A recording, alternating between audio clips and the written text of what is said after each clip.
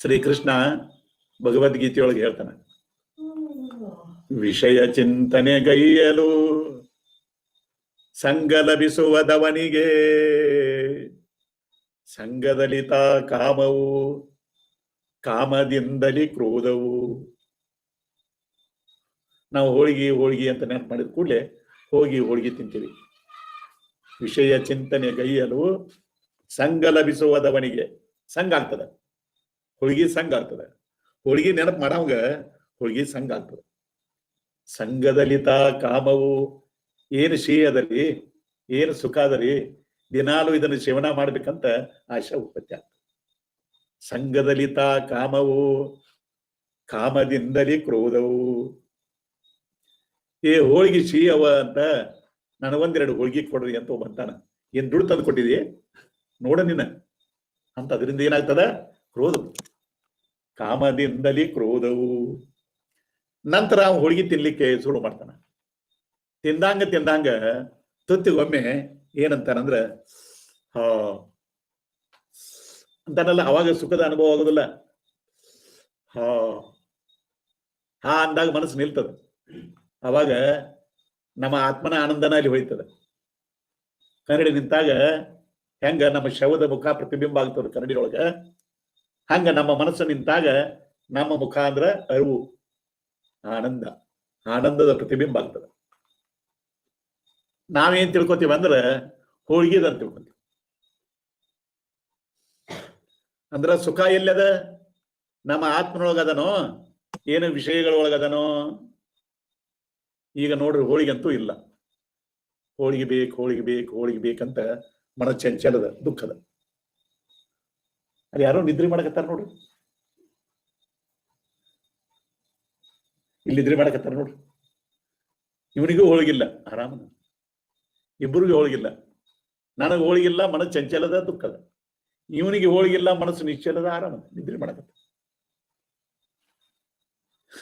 ಒಬ್ರು ಹೋಳಿಗೆ ತಂದಿಟ್ರು, ಇಟ್ಟು ಕೂಡ್ಲೆ ಹಾ ಅಂದಿವಿ, ಇನ್ನ ತಿಂದಿಲ್ಲ.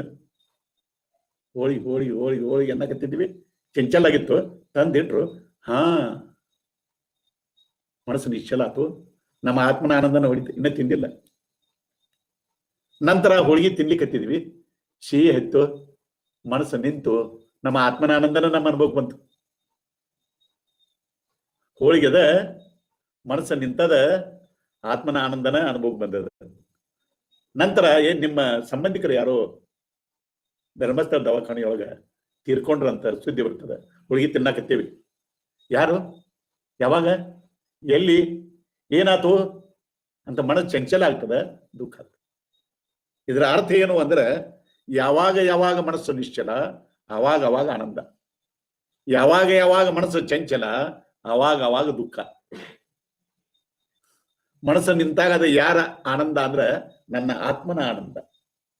ಇದರ ಅರ್ಥ ಸುಖ ಎಲ್ಲಿ ಅದ ಅಂದ್ರೆ ಅದ ಆತ್ಮನೊಳಗದ.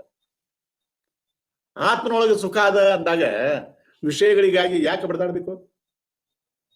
ಜನ ದ್ವೇಷ ಮಾಡ್ತಾರ, ಜನ ಅಪಮಾನ ಮಾಡ್ತಾರ, ಜನ ಬೈತಾರ, ಜನ ಅನೀತಿಯಿಂದ ನಡೀತಾರ. ಯಾವ್ದ್ರ ಸಲುವಾಗಿ ನಡೀತಾರ ಅವರು? ವಿಷಯದಾಗ ಸುಖ ಐತೆ ಅಂತ ಹಂಗ ನಡೀತಾರೋ? ವಿಷಯದೊಳಗೆ ಸುಖ ಇಲ್ಲ ಅಂತ ನಡೀತಾರೋ? ವಿಷಯದೊಳಗೆ ಸುಖ ಐತೆ ಅಂತ ನಡೀತಾರೋ? ಆದ್ರೆ ನಾವು ವಿಚಾರ ಮಾಡಿದ್ರ ಈ ವಿಷಯಗಳು ಹೆಂಗವ ಅಂದ್ರ, ಕಂಡಾಕ್ಷಣ ರಮಣೀಯವಿದೆಲ್ಲ, ಉಂಡಾಕ್ಷಣವಿದು ವಿರಸವಿಂತೆಲ್ಲ. ನೋಡಿದ ಕೂಡ್ಲೆ ಸುಖದಾಯಕ ಕಾಣಿಸ್ತಾವ, ನೋಡಾಕ್ ಹೋದ ಕೂಡ್ಲೆ ವಯಕ್ ಕಾಣಿಸ್ತಾವ. ಎಲ್ಲಾ ವಿಷಯಗಳ ಬೇಸರ ಆಗ್ತಾವ. ಅವ ಯಾಕೆ ಬೇಸರ ಆಗ್ತಾವ?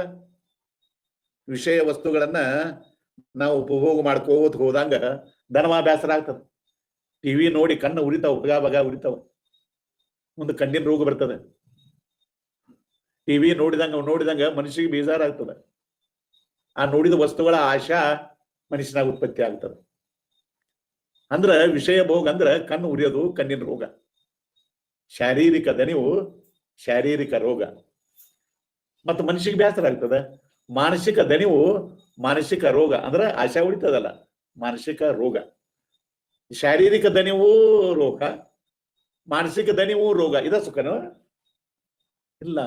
ನನ್ನ ಆತ್ಮೊಳಗ ಸುಖ ಅದ ಅಂದಾಗ ಅವ್ರು ಏನಾರ ಅಪಮಾನ ಮಾಡುವಲ್ರು, ಅವ್ರು ಏನಾರ ಬೈವಲ್ರು, ಅವ್ರು ಏನಾರ ದ್ವೇಷ ಮಾಡುವಲ್ರು ಅಂತ ಅಂದಾಗ ನಮ್ಮ ಮನಸ್ಸಿಗೆ ಶಾಂತಿ, ಸಮಾಧಾನ ನೆಲೆಸಲಿಕ್ಕೆ ಸಾಧ್ಯ ಆಗ್ತದೆ.